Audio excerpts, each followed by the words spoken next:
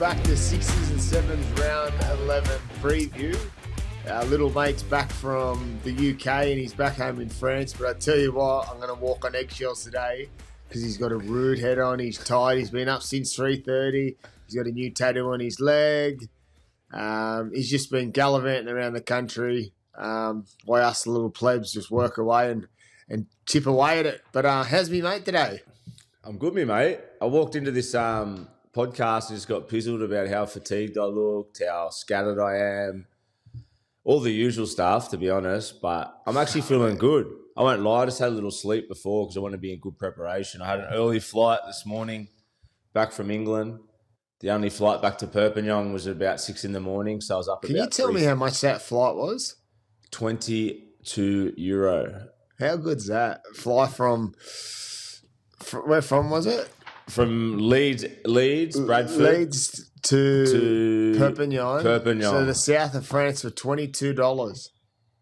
€22. So the dollar's not as good these days, but it's still pretty good. What, you come down to Sydney to do the podcast and stuff, and that's what, $200-300 from Queensland to Sydney. Yeah, easy. Sydney's, mate, talking about price of living. Sydney is off its head. Yeah. For all our Sydney viewers, get on a plane, get to Europe, and kick back because you're running yourself into the ground in Australia. That's for sure. It's crazy.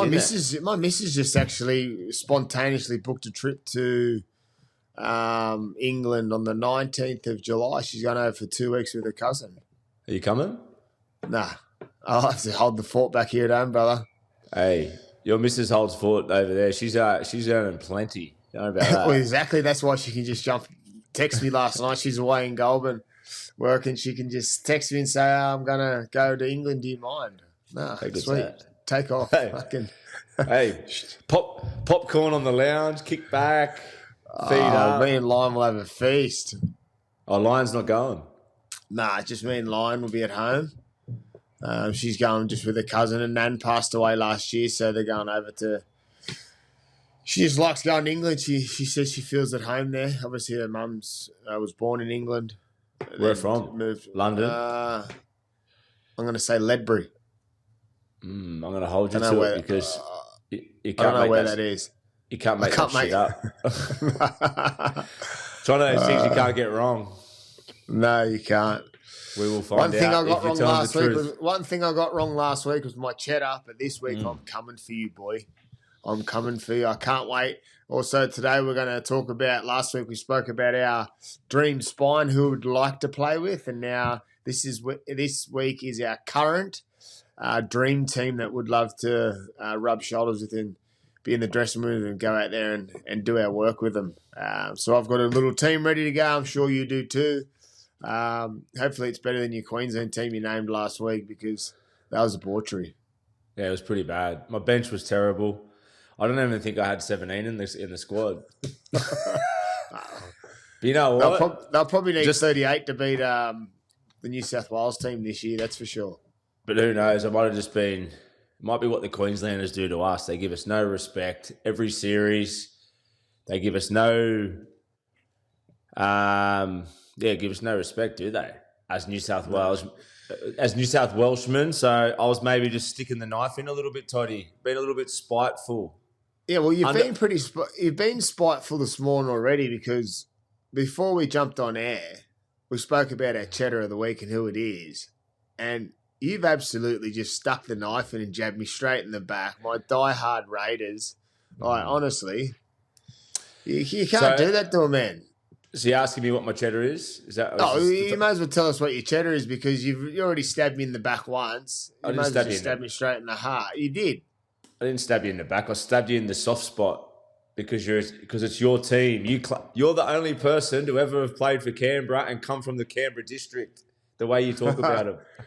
Yeah, not Ricky Stewart, not Jared Croker. You got. It's your team. The way you speak about Canberra, which I think, you know what, I'm joking around. It's glowing. It's loyal. You're a Canberra Goulburn kid. You love the club. So I love giving you a bit of shit about it.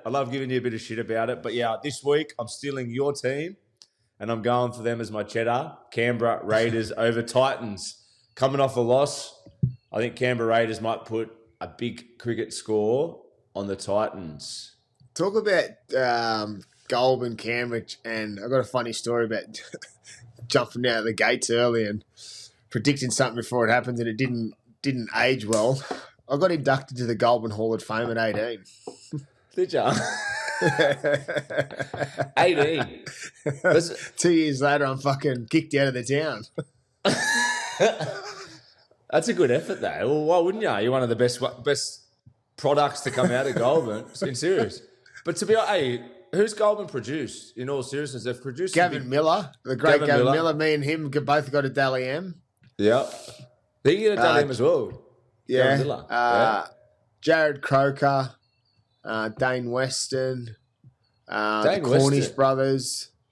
The Pickers? Who else? Well, the Pickers are from, we can say Goulburn. They played for us at Goulburn. You got the Pickers. Who else is there? Lachlan Croker. The Mullins are from Young, yeah? A bit further up. Yeah. There's a fair pedigree out of Goulburn. Is there a guy called Ivan Milat from there as well? Yeah, he's my uncle. He's actually sleeping over tonight. You would have had a beer with him, I reckon, for sure, before he got locked up. Oh, I was scared, but the day I nearly got sentenced to go to prison was a little bit scary. I would have to spend the night in Goulburn the night before I went somewhere else. So how long were you banned from your own hometown? 2 years. 12 months. When we get back to the rap bag, open black book stories, that's the best. I can't actually. You can't fathom someone getting banned from their own hometown, like especially a country town, like maybe banned from your. But when I tell the story, I tell the story about why I took getting banned from my hometown for 12 months, opposed to something else. I'm going to leave it there because that's for our better stories, the black book stories. I'll explain a story of why I actually accepted 12 months out of my hometown. It'll give you goosebumps. I'm shaking already. Yes. Yeah, remember the book Goosebumps? At the front, the ripples in the front? I didn't even read one page, but I used to have about 5 of them. We wrote the book Goosebumps. The Hangover Paranoid Goosebumps. Yeah. Well, The Hangover was your final hurrah on the Gold Coast. Oh. That was The Hangover times 5. Nightmare on Elm Street, that was. Enough of the shit talk. It's giving me goosebumps and putting me on the edge of my seat. We're here to talk about round 11 preview, and our first game of the weekend is the Newcastle Knights up against the Parramatta Eels up there in Newcastle. Where's this one play out, and what would you like to see from both teams?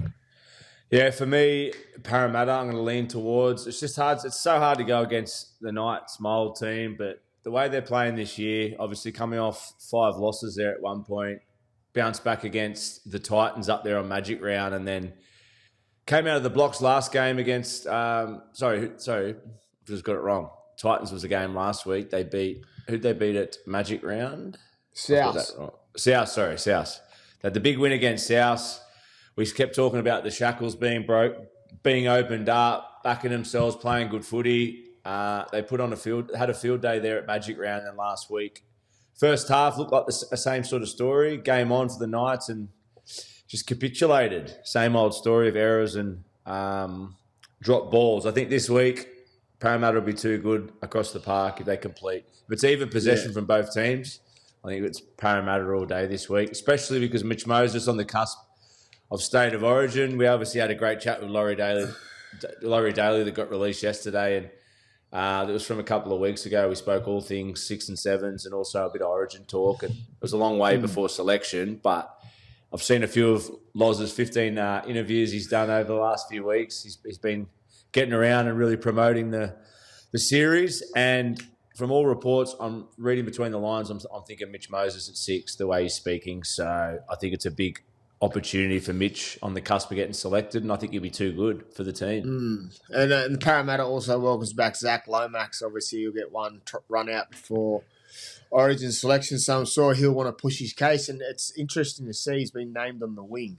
for the Para team, and obviously he left the Dragons because he was unhappy playing on the wing. Played his first few games at Para until he got injured in the centres, but at the moment he's been named on the wing. Obviously, he'll do a really good job there, and it'll be obviously a welcome back for him. I always say that I could gauge Para off the way Zach Lomax being there, because his effort areas, he galvanised them nearly a few wins when Mitchell Moses was out. So I think with him back and Mitchell Moses' kicking game, I'm going to be with you here. I think it'll be a tight one. I think it can go either way. Looking at both teams, I like Newcastle's team on paper, but on paper at the moment doesn't seem to be transferring to the field for the Newcastle Knights. They're packed. And some of their outside backs, and obviously you've got KP and stuff like that. But just for something's not clicking, but if it can click the way it did at Magic Round, I can see the Knights winning. But from just where they are both at the moment, I'm going to be the same as you. I'm going to stick with the Parramatta Eels.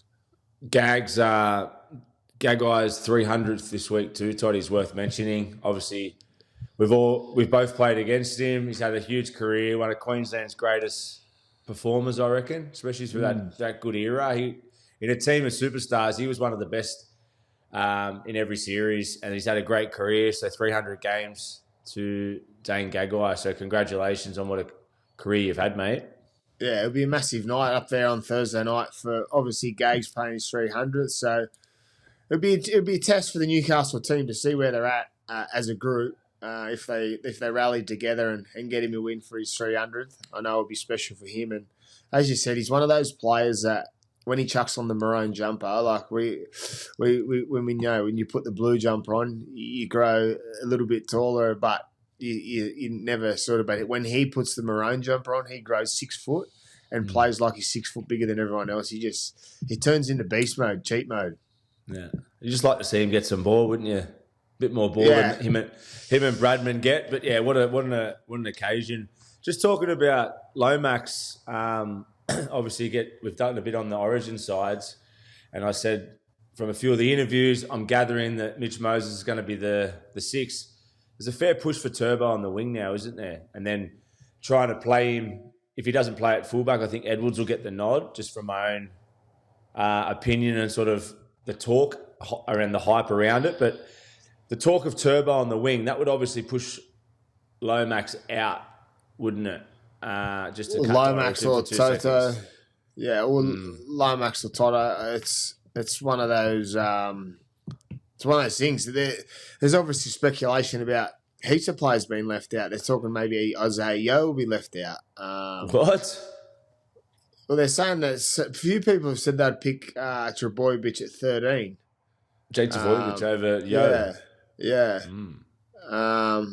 But who knows? It's a tough decision for Laurie, but he'll be the man in the seat, and the pressure's going to be all on him. It's not going to be us dribblers here naming our team, that's for sure. Well, we can say whatever we want with no backfire. It's perfect. Exactly right. Exactly right. We're armchair critics now. Washed up dribblers. Washed up has-beens that can just say whatever we want. It's the best. Better than it has been than it never was been, eh? Yeah, I'm happy where we're at, Dotty. Yeah. Could be worse. That's a good one. I like that. He's got. Hey, I'll tell you what. He's a man of quotes. This guy. A man of quotes. I reckon we need to write a book, 6 and 7's best quotes, and just have all your. You get at least 2 a show. Yeah, well, I try and come up with a few, because I notice when we talk on here, and I don't know if it's just because you've got a better looking head than me, but all our Instagram reels is you diving into detail. It's just me sitting there going, like I'm in the back corner on a bender. I'll tell you what, all those clips I've coming up with, my head's that close to the screen. My nose looks massive. That's one thing I've picked up on. So maybe, Gabe, if you could just pull the camera back a bit. I look like my nose Maybe looks... just get some nose shrinking serum or something. Yeah, I need to do something. On to our next game. It's our first game on Friday night. It's the Bulldogs up against the Sydney Roosters. How's this one play out, Mitch? Obviously, the Dogs come back to beat Canberra last weekend. The Sydney Roosters are going pretty well at the moment. What do you think of this one? Yeah, I'm going to go for the Dogs, but yeah, I'm excited for this. I think it could be close to game of the round. I called my cheddar for the Raiders, which we'll speak about a bit later because I think they're easy winners. But I think this game, as far as the game of the round, I think this one could be right up there. I think for me, the Dogs are going to be too good defensively, and their consistency for 80 minutes, the way they're playing, the ability to play live ball footy, the ability to turn the opposition around in their defensive pressure, the kicking game of Burton, the class of Crichton. I just think they'll be too good over 80 minutes. But I think the Roosters will be in there and they'll be in for the fight. They've had the week off. They've sort of started to find a bit of a mojo. All their younger players, Rob Toya, Sandon Smith, Hugo, Tedesco, obviously, they're all playing great footy. So I think it's going to be a good contest, but I just don't think the Roosters have the game for 80 minutes that the Dogs are capable of. The Dogs last week in their second half were so electric, obviously led by their captain in Crichton, the way he brought them back into the game. But like we spoke about in our review on Monday about Bailey Hayward, when he come on, he opened up the field for him. I'm going to stick with you and say the Dogs will win, but the same again, I think it's going to be a close contest. If the Raiders went on and beat the Dogs last weekend, I could happily probably say the Roosters might get them. They might get the nod on them, but the way they played in the second half last weekend just shows that you can have a small deficiency in the way you play in your game, but if good teams always find a way to win, and they done that last week and scoring 32 unanswered points. So for me, I'm going to say the Dogs. It's an interesting one when we speak about the Roosters. So much has gone on. Obviously, Brendan Smith has been released this week to effectively immediately to head to the South team. There's talk Chad Townsend could be on his way to the Super League. Obviously, some big moving parts. And Matty Johnson that spoke about this during the week. Fletch, Matty Johns, I think it was, and Hindy spoke about this during the week. It might not have been Matty Johns, but there was Fletch and Hindy speaking about this topic. They're saying that DCE could be at the Roosters before June 30. There's moving parts for this to happen. Speculation, like me and you were sitting in a room, trapped away from our family, talking about rugby league. And when people bring it up, you start to think it because Brendan Smith, if Townsend was to leave, Dom Young, potentially going to Newcastle if they can sort that stuff out. Are they making a play for DC early, or is the talk around Joey Manu? Is he coming back, or what is it? They're just trying to throw out money for next year. The Cherry Evans thing, top end players now. The Cherry Evans thing makes me a bit sad, and that's a weird thing to say. And I really like Ches. I like Ches as a bloke. I've loved him as a player. I loved competing against him. I know the guy reasonably well, not really well, but he's obviously played a lot of footy with my great mate Kieran Foran. I've had beers with Ches, so utmost respect for Ches. But if Cherry was to leave Manly, being a club legend there, a 300-game player, their most capped player of all time, to not finish his career off there and finish the year off, look, we can't comment on the exact, if there is underlying issues, why he'd want to leave. It makes me sad. I just don't think it's the right way for a guy like Ches to go and leave to go to a club like the Roosters mid-year. Fair enough, he's made the choice. He doesn't want to be there next year. I'd hate to see that. I just don't think it's right. I just don't think it's right. Yeah, it could be right, could be wrong. We're not sure, but it's been spoken about this week. So it's one of those things. We spoke about it last week. Watch your space. It would be interesting to see if it happens. I'm with you. I don't like it. I think it's poor. But rugby league, it's the way it's going at the moment. You could be safe one week and then the following week you're not. And if that's the underlying issue at the Manly team, which is something going on because they're not performing to their standard. At the start of the year, we were talking about them pressuring to make final, pressuring to be up there at the top, but at the moment they're struggling to register wins against some good teams. This week, Toddy, the Roosters' edge is going to have to be good, though, just speaking about that game. You saw what the Dogs can do on both edges, especially attacking those two-men defenders. Roosters, probably their Achilles heel at the moment is those edge defenders. They're a bit hit and miss at times, so it's a big task for Rob Toya and Billy Smith this week, yeah. Yeah. Well, our second game on Friday night is the Dolphins up against the New Zealand Warriors up here at KO Stadium. Who do you like here and why? I'm going to go the Dolphins. Wow.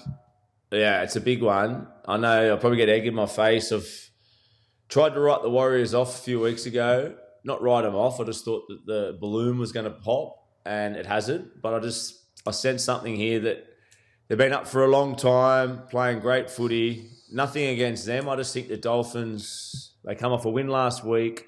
I know they're sitting only in about 12th, I think, but they're a team on the rise. They've played good footy. We know what it's like as a young halfback too. When you're in good form, you start to feel like you're a bit bulletproof. Katoa's getting plenty of raps. He's starting to find his groove. He's had some big games. I can see him turning it on against the Warriors, and that's why I feel like the Dolphins can win this week. Our love affair with Katoa continues. Yeah, I think everyone's love affair with Katoa continues. They're talking about he could be the first $2 million player. They're saying him, Payne Haas, Nathan Cleary, over the years to come, they'll be the first $2 million players. For a young kid, he just gets better and better. I've done some work at the Titans with their junior pathway stuff, and me and you do a fair bit of stuff around that. That's catch square, play direct, lead with the eyes, and change the deception with different tempos and stuff. And I was talking to him about that actual play that you broke down last week. And then just watching people do it, it's just, he made it look easy. But then trying to teach, and obviously the younger kids to it with no defenders, just by doing it with poles or hats, it was so difficult. But the way he done it, he rolled it out so easy. So in years to come, it'd be interesting to see where the evolution of Isaiah Katoa goes. And if it, obviously, when we talk about halves at the moment, the models have been brought off Joey. Obviously, Nathan Cleary's changing some ways of what feet he passes off. It'd be interesting in 5-6 years what we're talking about, the change of Isaiah Katoa and how halves could be modelled off the way he plays. But I'm going to go away from him and say that I think the Warriors will continue on their winning form. They welcome back James Fisher-Harris this weekend, him and Barnett up front. Rogers named on the extended bench, but I think Taintua Picky's doing a great job on the wing. I just think the Warriors, for me, they're just a complete outfit at the moment. And I've been with you. I've been waiting for them to fall off the wagon and not continue with their form. But for me, it continues to get better. And obviously that's all on the back of Metcalf, because he's developing a game better. But what the players around him are doing, Tavita Harris is starting to run the board because Metcalf's getting so much attention that it frees up him. Obviously, Chance Nickel-Clockstad is back in the team and starting to motor through meters, find space around the ruck because eyes are starting to go for Metcalf. Wade Egan's game's starting to develop because he's got his big middles rolling through. And then they're young guys. They're just unfazed. Like they're on the back of the up the Waz momentum. They're on the back of all the focus on how good the Warriors are going, all their social media. So these young guys are riding the wave of, okay, we're the new blood. Who we play against, it doesn't bother us because we're the new blood and we're doing well. It's not the Warriors of old, that's for sure. So I'm going to stick with the Warriors. But also, again, our 3 games I think are going to be tight, our first 3 games of the weekend. Who's your cheddar, Toddy? Are we getting to that soon? We're getting the cheddar soon. I'm going to try and throw a curveball with my cheddar this week too, because obviously you're 1 up. You're 2-1 because I got the 1 point for me bye. We'll just clarify that before you get your head on again. Our first game on Saturday. Our first game on Saturday. I might be wearing a Canberra jersey next game. I'll send you one. Our first game on Saturday is the Cowboys up against the team we just spoke about, the Manly Sea Eagles. Big change for the Cowboys this weekend. Jackson Purdue, your love affair of last week, has moved to his favourite position in the number 6. Tommy Dearden goes to 7. Jake Clifford moves to 18. A big change, or was it coming? Because at the start of the year, Tom Duffy starts. Jay Clifford makes his way into the team through inconsistency of the Cowboys. Since Cliff's been back, they've had registered wins. They come back from 14-0 deficits by 14 points against the Panthers last weekend to have a 30-all draw. Has the axe been chopped on Clifford, or is it just time for Purdue to go to his preferred position and Zach Labart to move to the centres? Yeah, it surprised me, this decision, because Cliff's been playing quite well. And as you said, even the games they've lost, they've still come back and chased points quite well. So obviously your halves have a big influence in that. There's obviously something that Toddy Payton doesn't see in Cliffo at the moment, whether it's something that's letting them down. But I think it's a tough decision for Cliffo, because I think he's been doing well. But at the same time, I think Purdo, I'm looking forward. I'm excited to see him in the 6. My head went straight to a weird conspiracy, Toddy, and I'm sure it probably doesn't play its part, but I had a theory that the Queensland Origin coach, Billy Slater's got on the phone and said, put him to 6 because he's a potential backup in my Origin squad to play halves or outside backs. But I don't know how it works, whether the Queensland or New South Wales coach had much influence over the club coaches, but my head went straight there. I actually mentioned it to you on one of our phone calls. I think it was yesterday. I said, I wonder if it's come from Billy Slater, because I also read that he was going to be a chance of being in the squad to kind of get blooded in. That might have nothing to do with that, but it was just a little paranoid conspiracy that went into my mind. I just think, for me, he's been so good in the centres, and obviously there's something going on in the lower grades for Zach Labart. He's either kicked the door down and needs to push because he's a natural out-and-out centre, I guess, and then the guy that has to suffer for the form of Purdue in the centres now moved to 6. He'll hold his left side. He'll be only in one spot as a defender, which he'll get challenged at. I think that's my only concern at Purdue being at 6, is that he's going to have to do more work defensively and make different decisions. But what we've seen from him at the start of the season, he's an out-and-out footballer, and it'll be interesting to see how Tommy Dearden goes steering the ship. He can do it, but we talk about the added pressure when you play 6. He's a dominant left side player of the left side field. So now Tommy Dearden will have to move to the right, I would say, to take Clifford's spot. So then the kicking falls more on Dearden. Obviously, Drinkwater will step up a little bit more, but there's also it's an untested area for Dearden to see. So will we lose his running game because he puts the number 7 jumper on, or do we just see it the same? Yeah, I agree with you. I think the heaviness of him having to be that organiser could weigh on him, but I haven't seen enough of him at 7. But yeah, I totally agree with you there. I have to watch the game closely this weekend.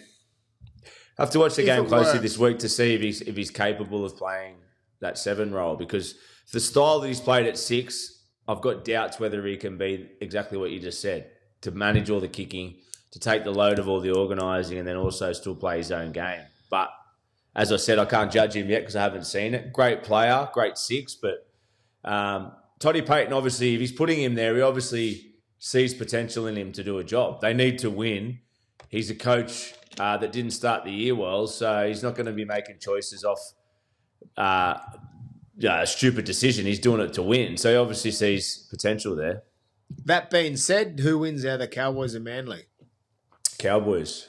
I just think Manly, for me, they look in disarray at the moment. I think last week they came back quite well, but obviously with the talk of Cherry leaving, as I said before, massive fan of the great Cherry Evans, but their form's been down. Chez's form's been down. Ever since the decision to leave, I feel like they haven't had the same energy, Manly. We're only speaking about all their home games at Four Pines Park to start the year, how well they were when they were winning. Since then, they haven't been great, and I don't think they don't play for 80 minutes. They haven't played for 80 minutes all year, and I think the Cowboys will pounce on them.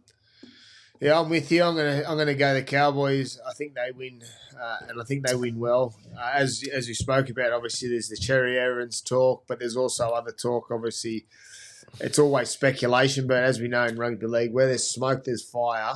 About there's another rift going on at the club. What that is, I'm unsure, but it'll be interesting to see how it unfolds and transfers to the field this weekend. But I'm with you. I'm going to go with the Cowboys. Okay. My cheddar is the week, which is a massive, massive throw in the stab in the dark, is the Sharks to beat the Melbourne Storm after their 64 domination of the Tigers last weekend.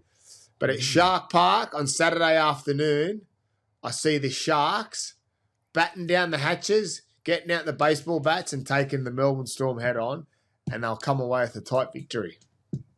And my man, Nico Hines, will step up and steal the show. Who's leading from the front there to take down the powerful, all-conquering Melbourne Storm?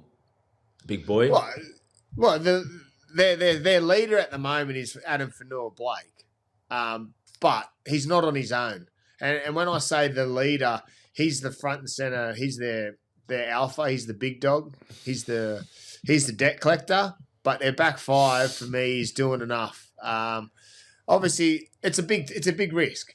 I have to throw the cheddar in the water. It's only early in the cheddar of the week. It's only early. You're up two. I hate being losing. So if I can get this, I can jump you. All right, mate. Yeah. Well, I reckon.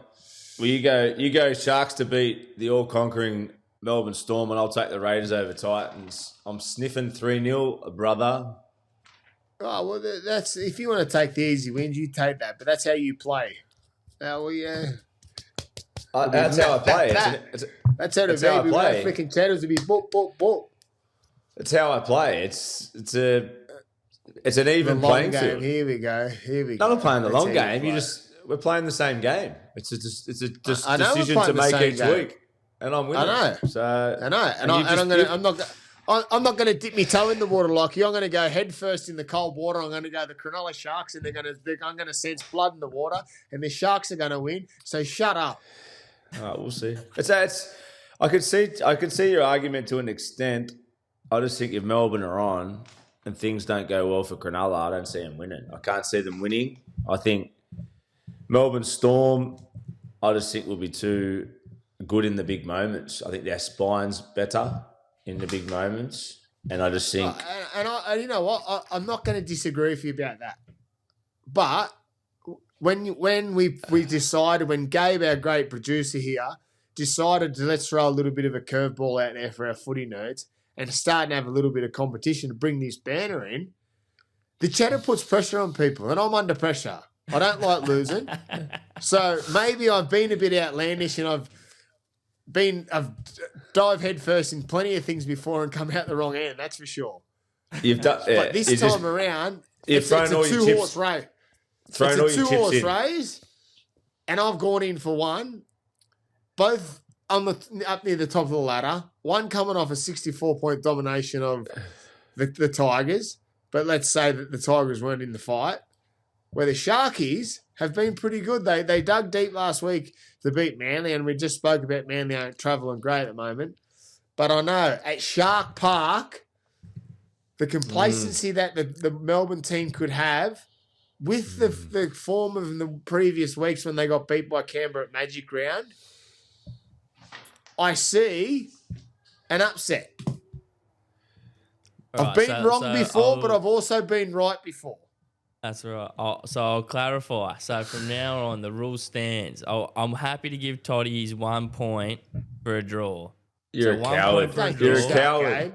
2 points for a win, but 3 points for an outsider win. Are we happy with that? Yes. Well, I know you are. Well, I know you are. But I think we've been mixing up the who's on what points here. So 1 point for a draw, 2 points for a win that's a favourite, and 3 points for an outsider win. Does that sound about right? What's your game? So I love it, Gabe. I love it, Gabe. So current standings is 2-1, Mitch in the lead. Yes. No, I like Yeah. Toddy putting his balls on the line. He is. He's a gambler. It could give you a big lead here, Mitch. He's going for it early. Yeah, no, I like it. Oh.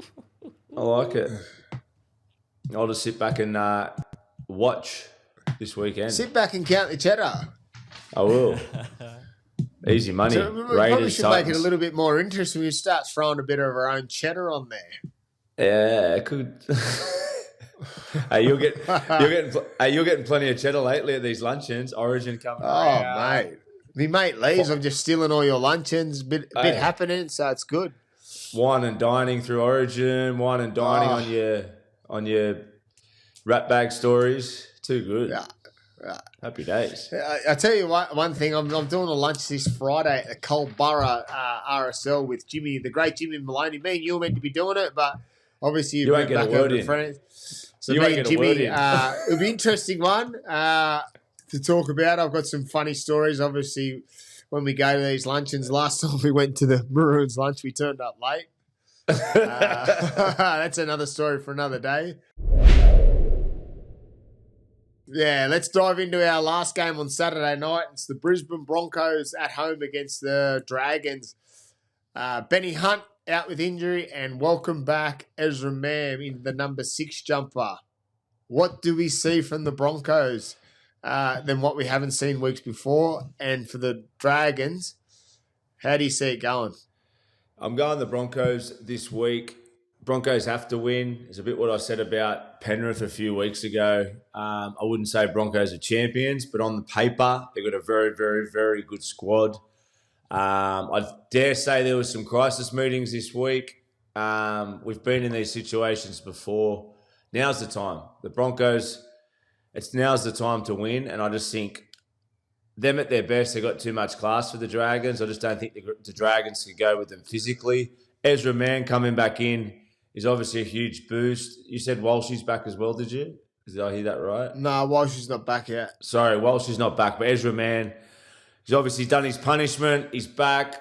I spoke about last show, Benny Hunt being out. The great Benny Hunt obviously leaves a hole as far as experience and competitiveness, but I still think they've been missing that instinct. They've been missing that support play, that spark to get off the back of Payne Haas, Carrigan, these type of guys and their offloads. I think Ezra Mann may bring that as long as his body's fit and healthy.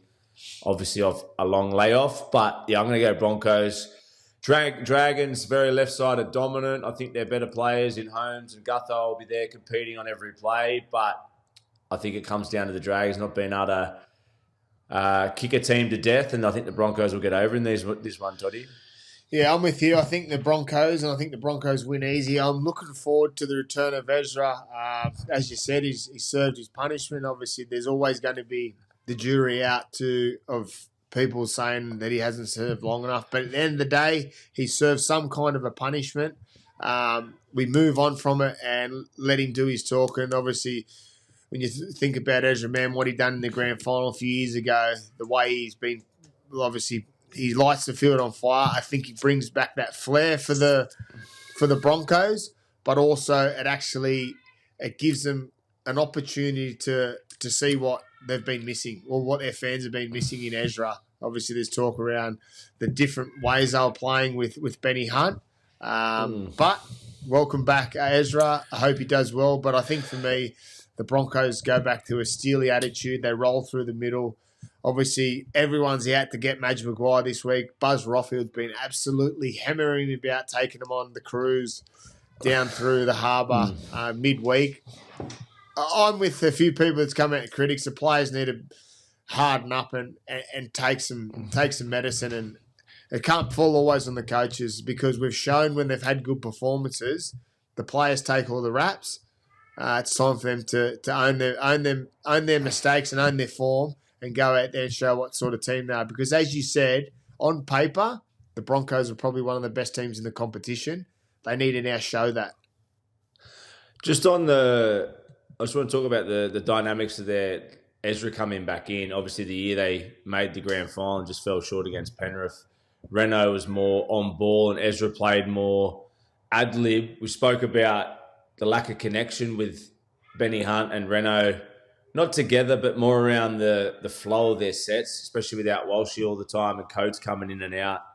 How do you see them playing? Do you think Renault's going to go back to the play for play and then Ezra playing those left short sides? Or what do you think the difference will be this week in their attack? I think they give Renault more control of the team. Ezra will hold his left side, but I would like to see the Broncos play back through the middle again, use their big bodies in Xavier Wilson, them guys on the edge. Obviously, Cobbo's still at the back. I don't think the sweep for sweep works when Cobbo's at the back. They need to play back through, kick the door in. And then when they kick the door in, it opens up the field for Ezra down his left side, Renault down his right side. And when we've seen that against the Dogs, that was their DNA. But I think that should be their DNA moving forward each week because they've got strength in the middle. Play to your strengths. Don't always play to another team's weaknesses. Go to your strength, and that's blokes coming back through the underneath them. They've got Castags in the centres. He can come back through and cause trouble. Then play off that, quick play the ball. Because Renault, he's the best at it. He knows how to play at live foot. He's got a great kicking game. Because if all else fails for Renault, he can revert to his kick. And when he goes to his kick, we know what happens. It's usually 8 or 9 out of 10 kick. I think it's a really good. It's exciting for the Broncos because everyone is waiting for him to do well. Obviously, they've still got Reece Walsh out. It'll be interesting now where Benny Hunt falls back into the equation if the Broncos go on an amazing run. But for everyone, they want to see the Broncos either do well or do bad. Obviously, up here in Queensland, everyone wants to see them do well because they're a superstar team. There's obviously a lack of experience or know-how up there. Like when you're getting these type of performances and everyone speaks about where the side's at, they're obviously a bit more of an immature squad. They had the same issues with Kevy Walters trying to get consistency. They struggled to get it there. They're sort of showing the same thing with Madge. We've seen Madge with experienced teams. He is one of the best coaches at getting you hard and playing week to week. And we spoke before about it falling back on the players. There's obviously, I can't say it's a disconnect. There's obviously some learnings there or some know-how about how to get your best footy on week to week to be professionals. And they need to work it out sooner than later. And I'm only saying that because I've been in teams. We've been in teams when there's a really strong leadership group and you just know how to get things done. There's hard conversations. There's accountability with each other.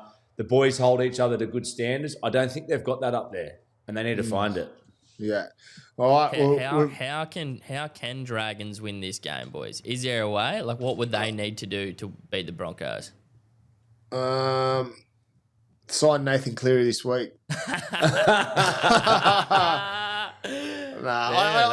don't know. I think bring back Billy Smith. Bring back Sowie. 10 comps. No, he won 6. Bring back Sowie. Bring Sowie and Billy Smith. There's no chance. All right. Mitch's cheddar of the week is the Canberra Raiders up against the Gold Coast Titans down there at GIO Stadium on Sunday. Yep.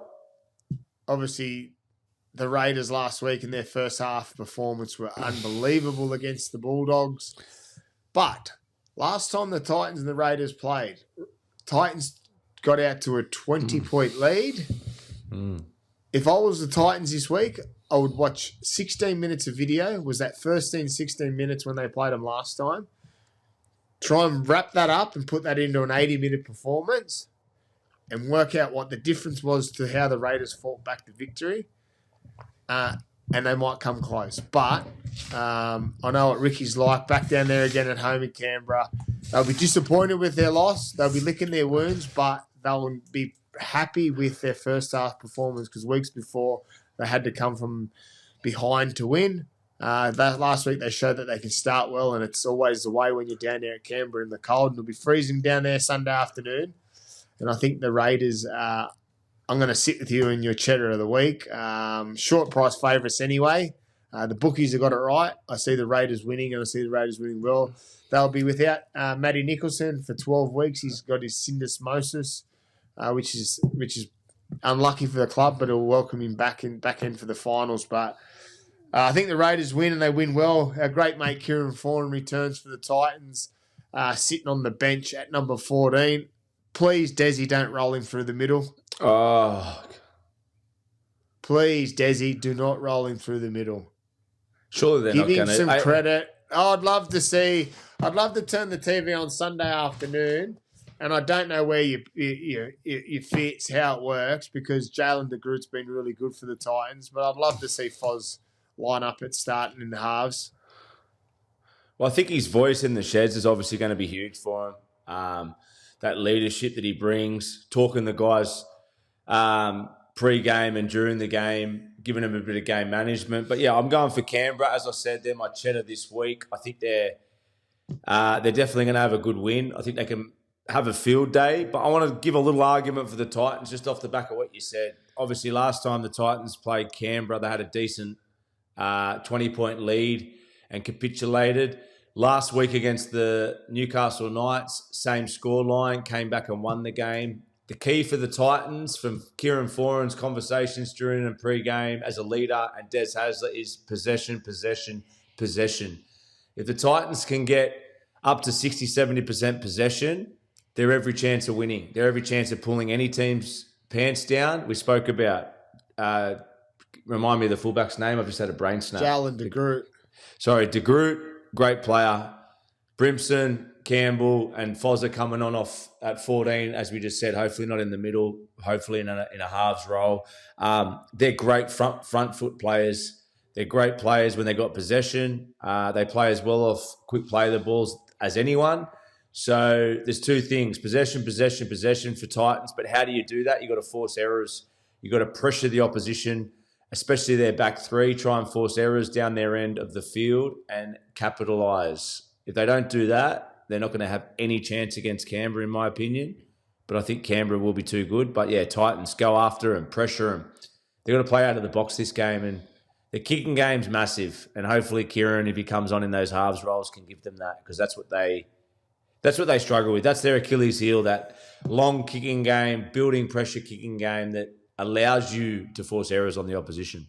So true, I'm with you there. And I'm the same. I liked where the Titans got to last week with their win. And as we know, when you win, it builds confidence. Obviously, the pressure's been on Desi this week. And as players, they would be all batting down the hatches and trying to galvanise a group to get better. What better player like Kieran Foran to come back into a group when your team's not going so great, register a win last weekend. But like I said, hopefully for Kieran, he moves into a position. I'd like to see maybe even Brimson roll through the middle and just play some ad-lib football. Yes, Kieran might have to defend a little bit closer, leave Brimo there on the edge, but I'd like to see him open up a bit of footy, similar to when Brimson's come on the field during Origin at times, and just sort of playing that roaming ball player / runner, and gives Kieran a chance to free the team up. When you talk about kicking game, the importance of a kicking game is not so much where the kick lands. It's about the type of kick, what kick you choose. Instead of, at the moment for the Titans, when they kick, their two halves just kick the ball as high as they can. They just try and give it as much time in the air as it can, where sometimes it's not the kick you needed, because if you can find space and hit the ground, and against Canberra, that's needed because the way their back five are playing is the start of their set. So you need to change it up a little bit. I spoke to you about this last week. If you get to a near a sideline, roll the ball out, give yourself 13, 12 defenders in the front line and make them come out that way instead of sort of just throwing the ball up in there all the time. Yeah, because I think that's a really good point what you just said there, using that variety to kick to touch, because you spoke about, I think it was on Monday, I asked you, how do Titans win possession? You spoke about their Achilles heel, their weakness being their ruck defence. And if it's in a live ball situation, that ruck defence gets put under pressure. 6 against. Especially against Canberra. Fatigue, especially against Canberra, who are probably doing that better than anyone, creating offloads and asking questions around the middle of the ruck. So I love your idea there. I love your game plan around kick to touch, play out of the box a little bit, find different ways to unsettle them. Because if they just go live ball sets, as you just said then, I think they're going to get rolled.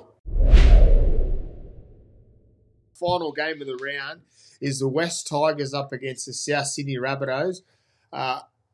Alex Johnson's back for the Rabbitohs weekend. Obviously, we know. So if you're a punter out there, put Alex Johnson in to score a try this week, and he's always a try scorer.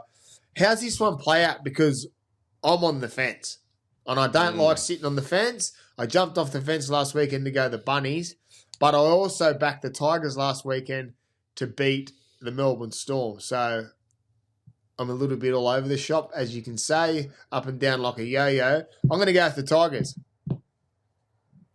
Yeah, I'm going to go South this week. I think it's a reasonable argument to sit on the fence this week, because I actually look at these sides as being very similar in a lot of ways. But for me, the way Latrell Mitchell played last week, Latrell's a big moment player. Everyone's talked about that on every social media and media outlet this week. They talked about how he's one of the best ever big moment players, and I agree with that.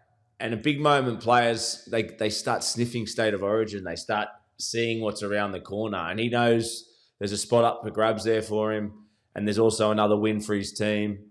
So for me, it's Latrell Mitchell, the difference. And Latrell Mitchell will be the one that owns this match. And I'll tell you what, Toddy, I just want to go into a little funny, I don't know if it's a funny moment, but a strange, uncomfortable moment for Jerome Luai. So pre-game last week, plenty of people have already spoke about this, so we're not the first people to go on about it, but his old man comes out and opens up a conversation about a get-out clause.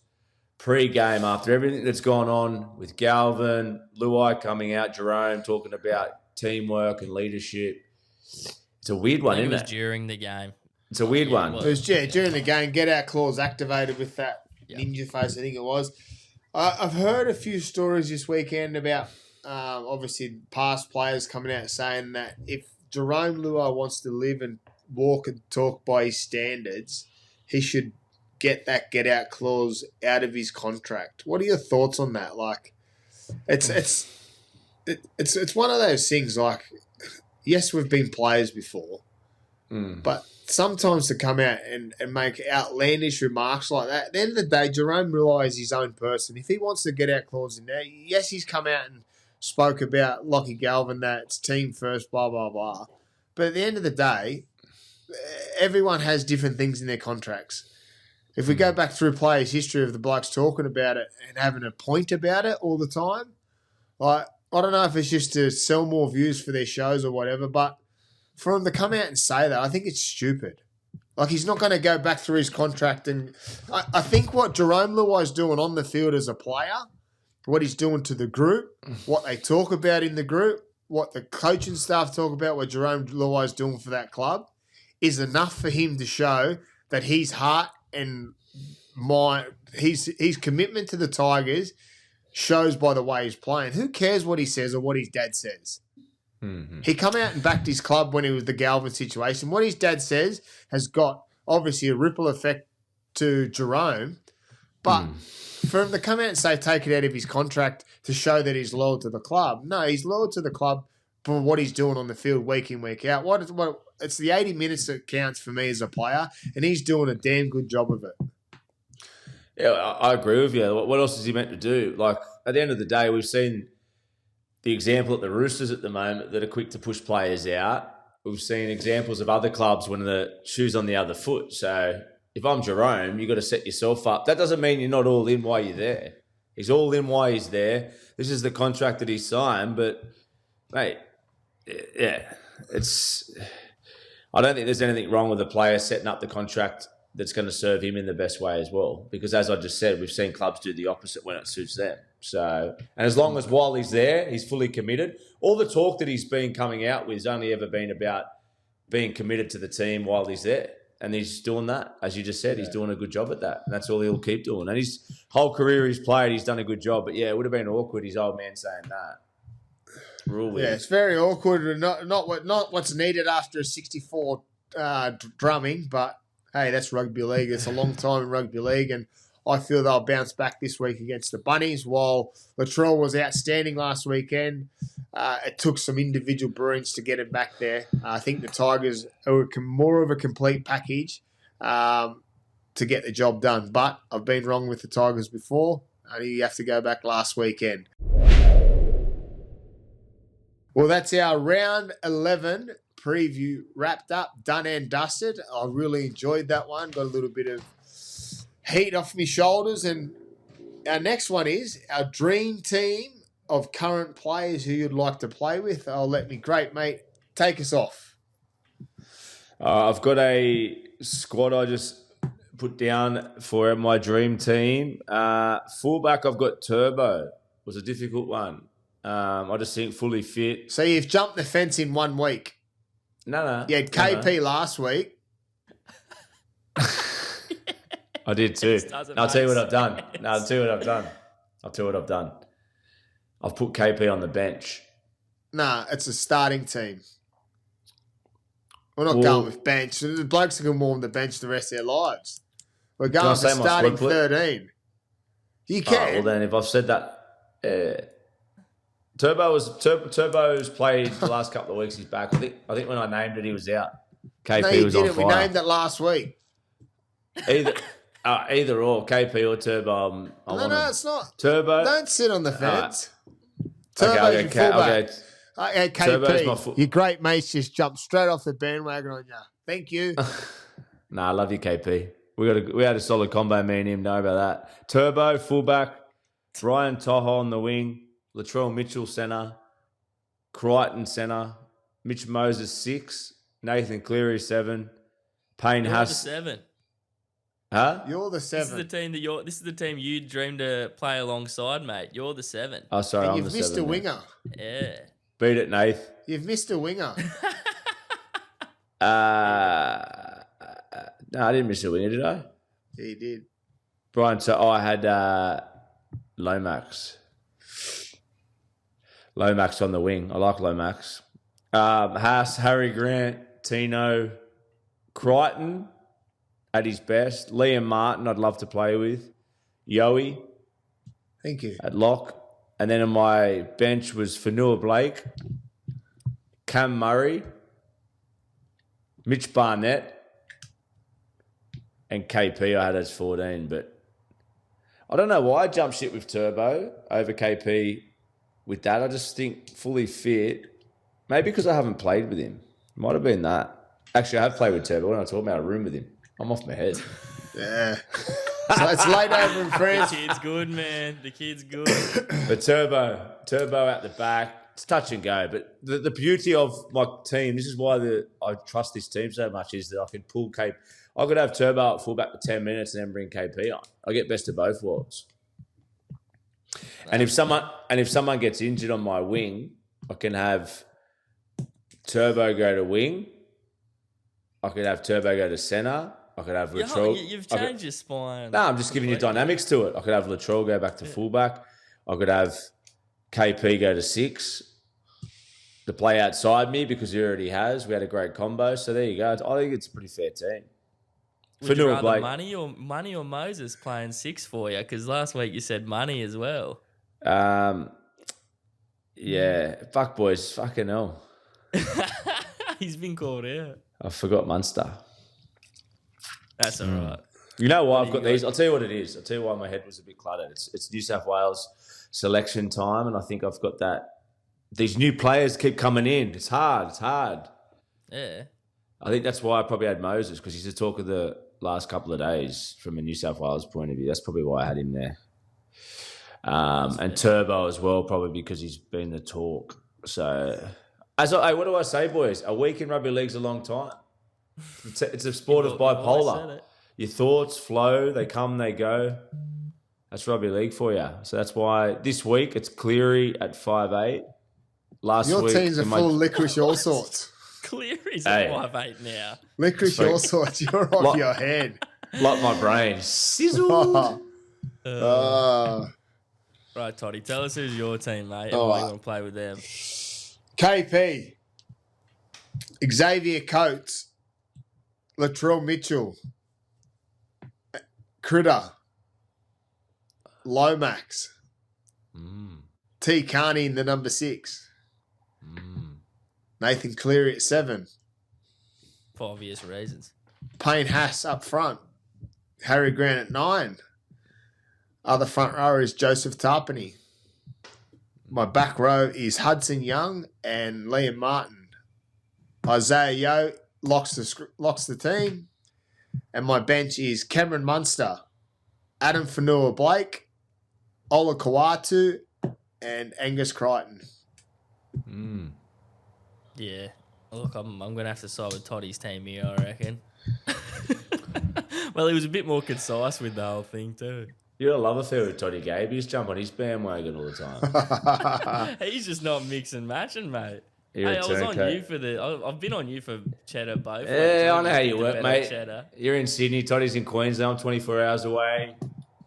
You know you're safe over Hey, there. Gabe, you know what? Gabe? Muscle up with Toddy. You know what? I'm going to jump on you. I'm going to jump on your. Cheddar then. I'm going to jump on your back here, Gabe, because at the start of this show, we spoke about that podcast Raw the Fight thing. And this bloke here on the screen for me in his green shirt belittled you. He goes, "What? Have you had a fight?" Yeah. It was like, I'll have to sort him out, eh? Gabe doesn't look like the most intimidating person. I was just being honest. I can't deny that. But he's been in the ring and I never have, and I respect it. There's no disrespect. I just didn't see Gabe on first sight that he would be a mad bluer. But no, you don't have to be a mad bluer to jump in the ring. I've shot that 2 times round. It's not a dog in the fight, bro. It's a fighting dog. He's a bull rider from Bathurst, so maybe he is. Fucking Bathurst now. Orange. Bull rider from Orange. Orange. Oh my god, the kid has no idea. Tamworth. Come Tamworth. Bull rider from Tamworth there, bro. From the Country Music Festival. Oh, yeah. Tamworth. What's wrong with that, boys? No, Hey? nothing. I I'm love from Tamworth. Goulburn. What are you Yeah. talking about? I've been barred from Goulburn. You haven't been barred from Tamworth.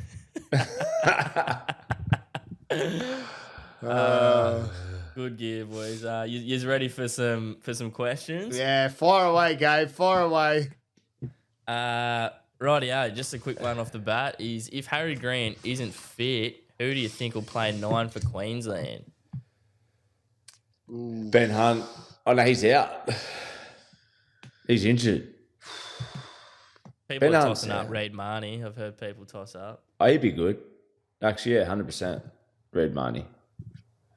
Yeah, Reid Marnie. I'd have to go Reid Marnie. If I went left field, I'd go Tom Dearden.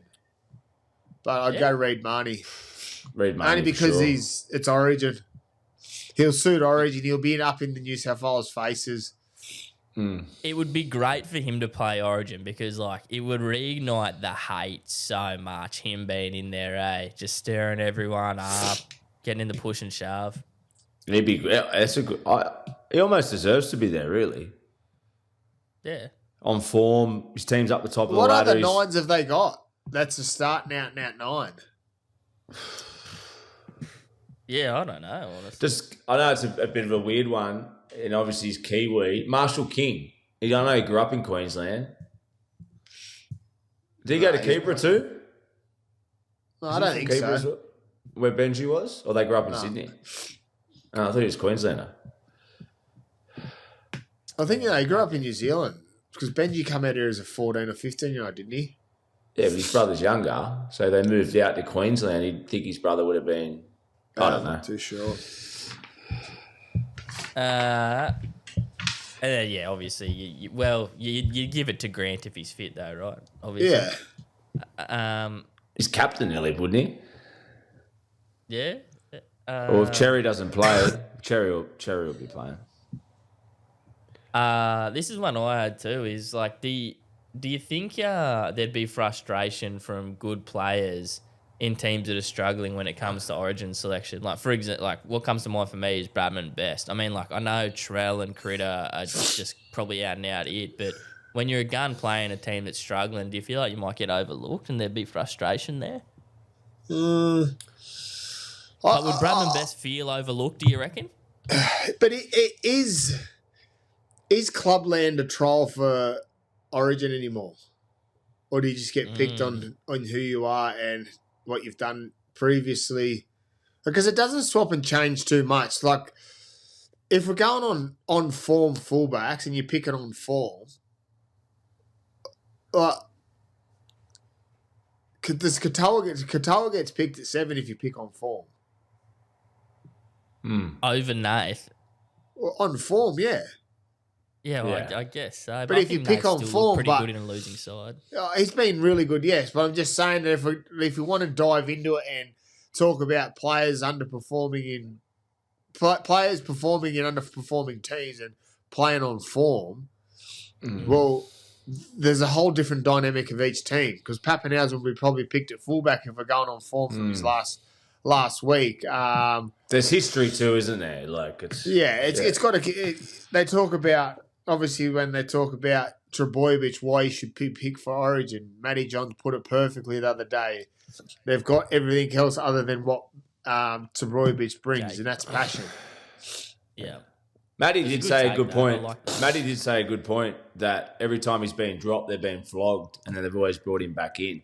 Yeah. So, but the Bradman best one, you'd think, can't speak on behalf of Bradman, but you'd almost think that he'd have an understanding. Like, there's some pretty good players there. If they were to go for a Latrell and a Crichton, you'd sort of be understanding of that decision, I'd think.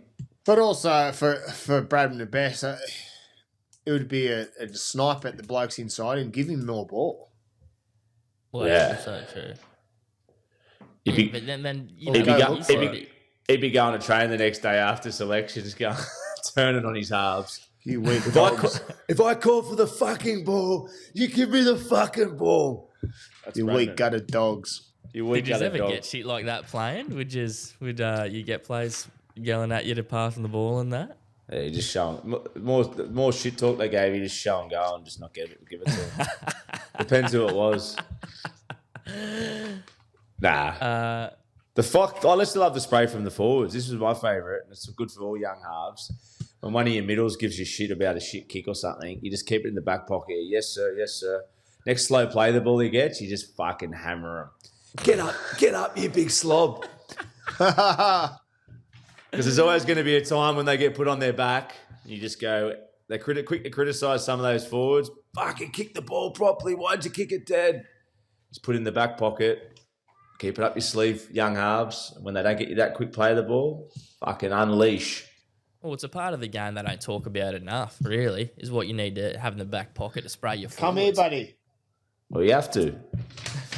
It's out of respect. You love your forwards. They're your best friends on the field and total respect, but you need to you have mutual respect and you got to be honest. They give it to us, we give it to them.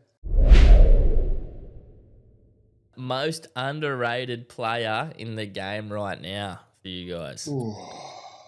Mine's I've just had a fucking mind blank. Dolphins centre, Farmworth. Herbie Farmworth's one of my favourite players, and I reckon one of the most underrated. And I keep saying it every week. If he was playing State of Origin, he'd get more talk, more publicity, because obviously you spoke about around this time. It's our biggest media coverage. So, yeah, I love him. Do you have an underrated though, Toddy? Nah, but I'm going to say my underrated player from playing when back in my day was Jared Croker. Respect, that's a good pick. And he's a great mate. Great player. My underrated player is Will Kennedy. I reckon he. See, there's talk that they've only got 300 in their war chest to give him at Cronulla. Fucking whoever's got more than that, he's safe as houses. And he's only on 500. Not that we talk about players' wages much. It's funny you said that. I read the same thing, Toddy. I nearly fell off my chair. What a value he is. 500K for him. He's nearly their best player, and he's going to get offered 300. That's what you're paying some guys that aren't even playing first grade that they sign on big contracts in the top 30. 300.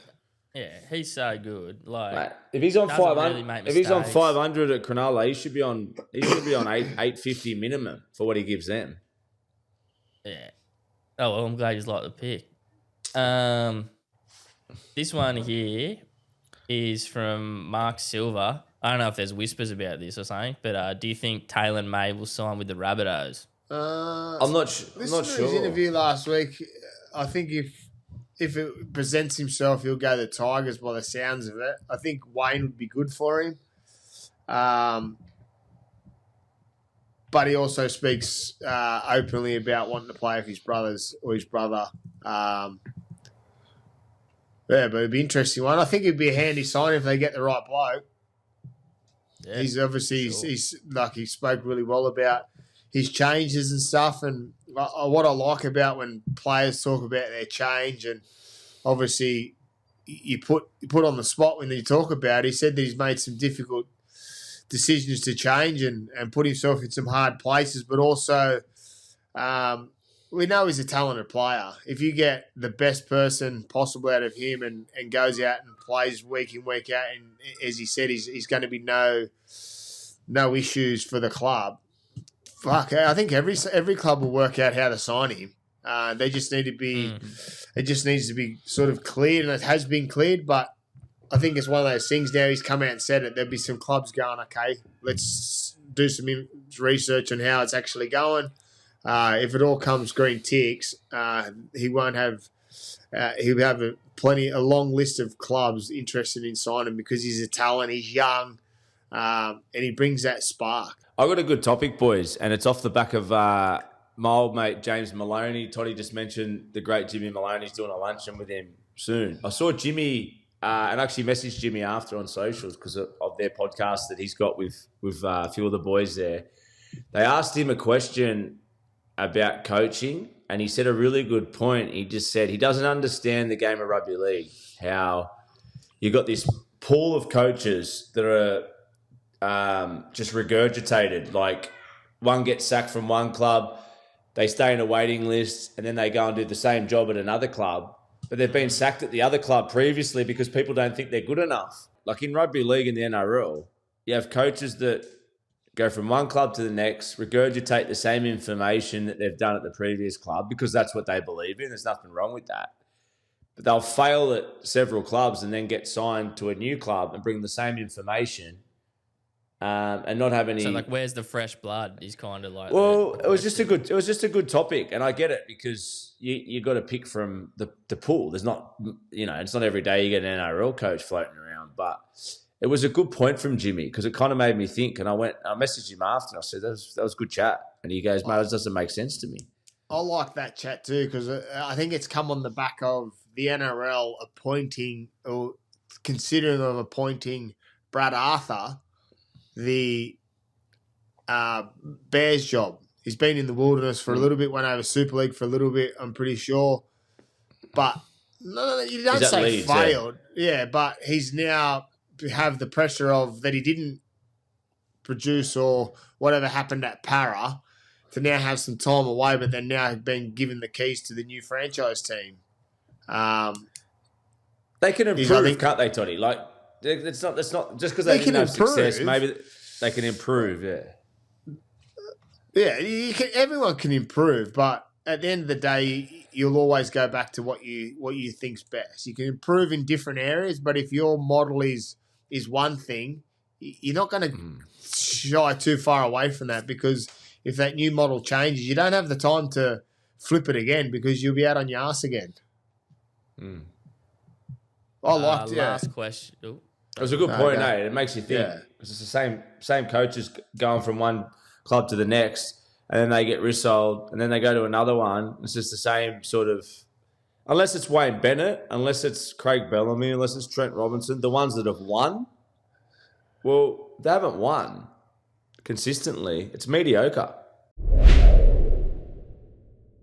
Last one to wrap up, boys. Do you think Critta would look out of place captaining the Blues? No. I reckon he'd be a good pick. It actually almost, for me, would be the guy I'd go for. You got Nath, you got Yo. Would you put him over them? If I was going anyone other than Nathan, I would go Yo. Obviously, Nathan's they're similar ages, aren't they? Yeah. So I think you could maybe see them both vice and captain. I don't know, but you can't go wrong. I think Crichton holds his spot moving forward. I also see Nathan holding his spot for the next however long. There's always the bullshit argument that Nathan hasn't owned Origin. He's won 3 series. Blokes that are saying that he hasn't owned Origin, won none. Yeah. Like, fuck. Like, honestly.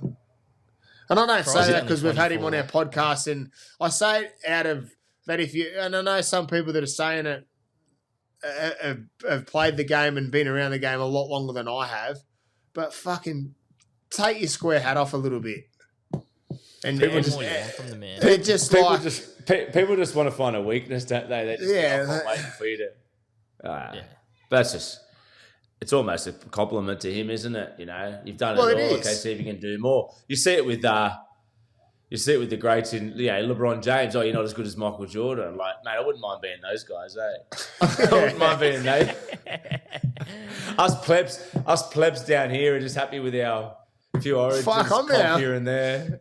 I'm happy. I want 5. I want Nathan. Fucking all I care about now is chasing fucking views on our podcast. How life changes. Footy nerds, we love you. We appreciate it. Thank you for giving us validation. Well, I tell you what, we talk about how we can better our show and how we're going. We're at round 11. Our rugby league teams are getting, and I'm sure we're getting better. I think it's been really good. It's good that we can sit here and relax and talk shit. Gabe, you've been a very good asset to us. You've obviously given us some ideas, but also jumping in and helping us out. Thank you very much. Gabe, let's give you a little shout out. You got your own podcast, and you got an Instagram or any social things that the boys can get behind you. Because obviously, Toddy, how good's Gabe been for us? You should go follow him yourself. I've been following Gabe. I'm telling everyone else to, and I haven't followed him myself. I'll be doing that tonight. Because you've been searching Gabby. You've been searching Gabby, not Gabe. Gabby from Bathurst. It's coming up as a cross-dresser. It was Gabby. Thanks, boys, for the opportunity. I do have a podcast, Daily Blue Weekly. It's a bit more of a comedy podcast, kind of sitting back and having a laugh. We do footy tipping, so there's a little bit of footy chatting there. We get a little bit rogue too, but if you're looking for something extra and you want a bit of a laugh outside of footy, give it a listen. And the Instagram, Gabe? Daily Blue Weekly on Instagram, podcast, everywhere you listen. All right, mate. Thanks, boys. Beautiful, fellas. Well, it's lovely to speak to you again. Mitch, you get to bed. I don't know how you get to bed after we chat, get on the top of our seats and get up on our toes and have a laugh. But we appreciate you staying up to do this. It works the best this way. To our footy nerds, thank you for your questions. Thank you for your support. Continue to follow us. We're going to continue to get better. And as I said, when our great mate gets back from over France, we'll be getting around places to tell those black book stories. I think they're better for on stage in an environment where blokes are tipping the tin and having a beer and sneaking off to the toilets to have a laugh with us in person, because then you can ask us real questions and we'll be able to give real answers back. So it's one of those things we want to grow and continue to get better.